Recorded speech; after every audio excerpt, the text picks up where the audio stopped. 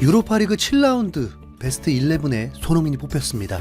분데스리가 호펜하임과의 경기에서 3대2로 승리했고 손흥민이 이 경기에 2골을 넣었는데 팀이 원정에서 3골이나 넣었고 메디슨 벤탄쿠르도 좋은 평점을 받았지만 손흥민만 뽑혔습니다. 왜 그럴까요? 우선 토트넘의 승리는 감동이 있을지 몰라도 경기력이 좋았던 것은 아닙니다. 공격진에서 클루셉스키도 부진했고 히샬리송은 너무 부진해서 17세 마이키 무어와 교체가 되기도 했습니다. 팀은 2실점을 했는데 운이 없는 실점이 아니라 수비 조직력이 좋은 팀이라면 벌어지지 않을 실점들이었습니다. 선수들을 놓치면서 벌어진 실점이었습니다. 지금 수비 조직력이면 레스터시티와의 리그 경기에서도 실점은 또 나올 수밖에 없습니다.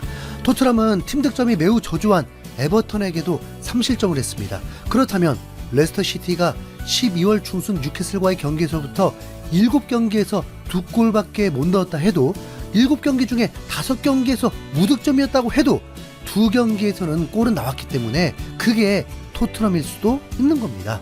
토트넘은 리버풀과의 경기에서 기적을 쓰며 무실점을 했는데 아스날, 에버턴, 호펜하임전에서 7실점한 상황입니다. 이런 토트넘 현실에서 유로파리그 36개 팀 중에 베스트 11에 드는 건 어렵겠죠. 이 현실은 토트넘의 부상자가 너무 많기 때문에 일어난 일입니다. 그렇게 부상자가 많은데도 그래도 1월 5경기에서 3승 2패를 한 것이 기적이라고 할 수 있을 정도입니다. 오죽하면 최근 90미닛에서 토트넘의 부상자 명단으로 베스트 11이 나왔는데 오른쪽 풀백을 베르너로 넣었다고 하면 진짜 11명입니다. 정말 화려한 베스트 11입니다.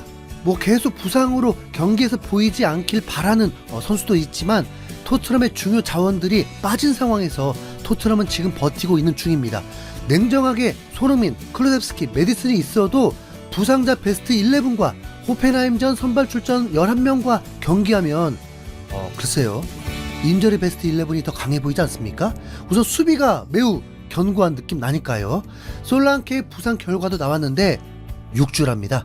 훈련 중에 무릎이 꺾이는 부상을 당했는데 최소 2월까지는 볼 수 없다고 합니다. 부상이었던 선수가 돌아오면 다른 선수가 또 부상으로 이탈하는 참 이례적인 상황입니다. 이 패턴으로 보면 지금 선수들 중에서도 또 이탈한 선수가 나올 수 있는 거죠. 디 애슬레틱에서는 토트넘을 분석하면서 손흥민에 대해서 뭐라고 했냐면 손흥민 역시 그의 나이에 비해 지나치게 많은 경기 출전하고 있다라고 했습니다. 손흥민의 기량의 문제보다 지금 나이면 관리를 해줘야 한다는 건데 너무 무리하고 있다는 겁니다. 그런데 엔지 감독은 레스터시티와의 경기 전 인터뷰에서 손흥민에게 요청을 하고 있다고 합니다. 어떤 요청이요? 먼저 취재진이 손흥민은 독특한 선수다. 토트넘 선수들 뿐만 아니라 다른 선수들과도 친분이 두텁고 팬들과 친하다. 이런 유형의 주장을 어떻게 생각하는가 라고 물었더니 엔지 감독은 난 소니가 훌륭한 사람이자 선수라고 늘 말해왔다. 그는 지난 몇 달 동안 팀과 함께 힘든 시간을 보냈다. 나는 손흥민에게 매우 많은 시간을 뛰라고 요구한다. 공격수에게 이런 요구가 힘들게 다가올 때가 있다. 계속 날카로움을 유지해야 하기 때문이다. 하지만 손흥민은 주어진 도전을 절대 회피하지 않는다라고 했습니다. 우선 살짝 해석이 다를 수 있는 게 많은 경기에서 많은 시간을 뛰라고 요구한 건지 경기 중에 많이 뛰라고 요구한 건지가 좀 헷갈리더라고요. 디 애슬레틱에서 손흥민이 나이에 비해 많이 뛴다라고 했다 보니까 하지만 지금 손흥민은 많이 뛴 건 아닙니다. 지난해와 다르게 풀타임 소화도 거의 하고 있지 않습니다. 이번 경기처럼 벤치에 유망주가 잔뜩 있을 때도 멀티골을 넣은 후에 80분에 교체를 했고 대부분 경기에서 교체를 하고 있습니다. 손흥민을 일찍 교체하거나 선발 출전이 아니거나 아니면 예상으로 손흥민이 선발 출전 못하는 수모를 당한다는 그러면서 엔지 감독과 불화가 있다는 등 별지라시가 다 나오는데 손흥민이 벤치로 들어갈 때 엔지 감독과 포옹하는 순간을 보십시오. 이게 어찌 어색한 사이겠습니까? 구단과 감독은 손흥민을 의지하고 있고 손흥민은 자신의 역할을 하고 있을 뿐입니다. 교체가 되든 선발이 안 되든 손흥민을 못 믿어서가 아니라 다른 이유가 있는 것 뿐이고 팩트는 팀과 감독은 손흥민을 매우 의지하고 있다는 것입니다. 손흥민은 경기 후 인터뷰에서도 자신은 골 자체에 너무 신경 쓰지 않는다. 골이 팀을 돕기 위해 중요한 부분이지만 우리의 노력, 지난 경기에 대한 노력들이 골보다 더 중요하다고 생각한다라고 했습니다. 손흥민 걱정은 하는 게 아닙니다. 손흥민은 호펜하임전에서 9시즌 연속 모든 대회에서 두 자릿수 득점에 성공했다고 하는데 이 정도는 손흥민에게 당연한 거 아니야 라고 할 수 있잖아요. 그런데 이게 2016-2017 시즌 이후에 매 시즌 10골 이상을 넣은 유일한 선수라고 합니다. 그래서 BBC에서도 손흥민은 2016-2017 시즌 이후에 매 시즌 10골 이상을 기록한 유일한 프리미어리그 선수다. 올 시즌 경기력 자체는 최고 수준이 아니었지만 중요한 순간에는 늘 믿음직스러운 선수다. 손흥민은 유럽 대항전에서도 26골을 넣으면서 케인의 36골에 이어서 구단 역대 2위에 올라 있다라고 전하기도 했습니다. 시즌 10골 이상이라는 건 리그와 컵대회 통틀어서입니다. 손흥민이 토트넘에 데뷔한 2015 시즌에는 적응하는 과정이었을 뿐이고 이후부터 계속 두 자릿수 득점을 했다는 거죠. 근데 이게 그렇게 대단한 일인가?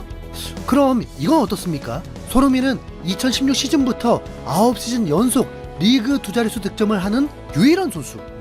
이 타이틀이 더 클 것입니다. 손흥민은 현재 6골을 넣고 있거든요. 그래서 굉장히 비판을 많이 받았습니다. 왜 이렇게 골을 못 넣냐고요? 근데 손흥민이 부상 이탈이 없다는 전제라면 올 시즌 그래도 10골 이상은 넣는다는 계산이고 올 시즌도 10-10을 기록할 확률이 매우 높습니다. 9시즌 동안 10-10을 4번이나 기록할 가능성이 높다는 겁니다. 그렇게 부진했다는 콘테 이전 차에도 10골은 넣었죠. 그리고 프리미어리그에서 10골이라는 것 자체가 매우 대단한 일이라는 거 기억해 주십시오. 하지만 당연히 우리가 원하는 건 리그 두 자릿수 득점이 빠르면 빠를수록 좋다라는 거. 손흥민이 에버턴전에서 득점을 놓친 건 인정합니다. 그런데 손흥민은 득점왕을 했던 시절에도 1월에 득점이 없었어요. 2월부터 5월까지 15골을 넣었습니다. 1월부터 월 평균으로 보면 3골 정도입니다. 그 사이에는 헤드트릭도 있었고 멀티골도 2번 있었습니다. 그때와 지금 전술이 다르고 도움이 케인이 없긴 하지만 그때도 손흥민은 슈팅 기회가 적었는데도 많은 골을 넣었습니다. 토트넘 리그 순위가 추락했다고 해서 손흥민이 추락한 건 더욱 아니라는 거 강조하고 싶고 이번 레스터시티와의 경기에서부터 손흥민이 대반전을 보여줄 수 있는 기회가 왔습니다. 레스터시티와는 좋은 기억이 있습니다. 손흥민이 득점왕이 가능토록 했던 시발점이 5월 첫 번째 경기가 레스터시티전이었고 멀티골을 넣었습니다. 그리고 다음 시즌 콘테가 손흥민을 윙어로 특화시키면서 부진하다는 평가들이 나올 때 교체 투입으로만 14분 만에 헤드트릭을 완성해버리면서 다들 조용히 하라고 했습니다. 이 두 경기 모두 홈에서 벌어진 일입니다. 이번 23라운드 역시 토트넘 홈이고요. 물론 지금 토트넘 스쿼드와는 차이가 있는데 손흥민이 스트라이커처럼 움직일 확률이 높고 호펜하임 경기처럼 볼만 받아도 진짜 두 경기 연속 멀티골 이상 충분히 가능할 수 있다고 봅니다. 아쉬운 건 딱 하나, 진짜 슈팅 딱 5개만 하자.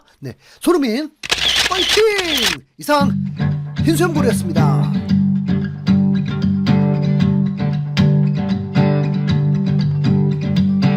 상상도 못할 일이 일어나 밤낮이 바뀌어도 난 행복해. 너의 그 찰칵 그 세레모니 득점왕 어시왕 이젠 캡틴 유럽을 뒤흔든 월드 클래스 웃음 마셔도 레전드야. 소니의 시대를 우리는 살아가 수백 개의 골보다 천만 배의 기쁨을 주잖아. 쏜 부러지고 금가고 터지고 쓰러져도 한계를 모르는 거친 호흡이 희망을 주잖아. 손의 시대